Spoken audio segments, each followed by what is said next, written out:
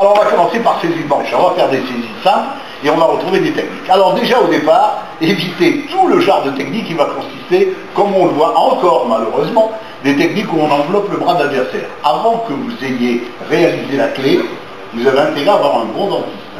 Parce que le gars, il va vous patater et vous n'avez aucune chance. Dans la réalité, si vous pivotez, vous avez la clé sans aucune difficulté.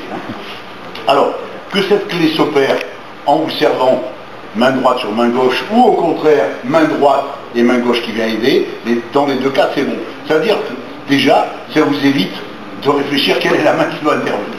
Alors, on va prendre les deux cas évidemment. Première chose, c'est sortir de l'axe.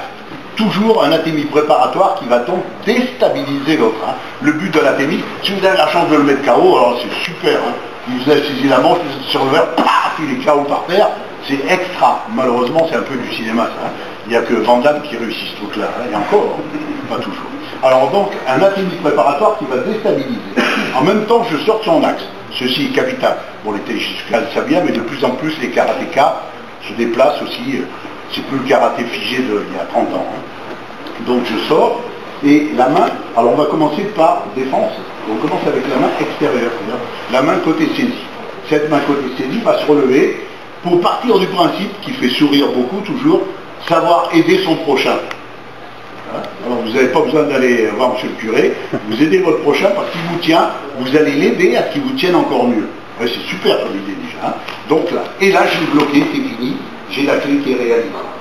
Le principe va consister au pivot, sur place, et serrer cette main de manière à ce qu'elle ne s'évade pas. Autrement dit, vous l'aidez à ce qu'il tienne encore. Voilà le principe très simple. 1, 2 et 3 blocages. Pour simplifier, pour gagner du temps, disons, on va voir, parce que chacun choisira un peu la forme qu'il veut, même départ, et cette fois-ci c'est la main qui a donné la technique qui va saisir le dos de sa main. Alors j'insiste sur le détail, ça c'est pas possible. Si tient bien, vous verrez, vous jouerez le jeu en tenant, là vous ne pouvez pas. Par contre, là, vous l'aidez. Je dis bien vous l'aidez. Autrement dit, vous cramponne, vous l'aidez à ce qu'il vous tienne encore mieux. L'autre main, cette fois-ci, va venir s'appuyer. J'ai pivoté entre-temps, on est bien d'accord. Ça vient s'appuyer sur l'avant-bras et je retombe sur le même principe, la même clé que tout à l'heure. C'est tout le corps entier qui travaille sur sa main et non pas sur son bras. On va le revoir, je sors en frappant, athénie, blocage. Vous voyez bien le travail des mains. Je ne cherche surtout pas à le tordre, je ne peux pas. Ça ne serait possible que j'ai vu arriver l'attaque, il m'a fait alors là je le prends, là d'accord, je peux, ça c'est ok. Mais si vous avez été surpris, c'est le cas, si vous avez été pris, si vous étiez surpris, ou alors à moins que vous vouliez le piéger.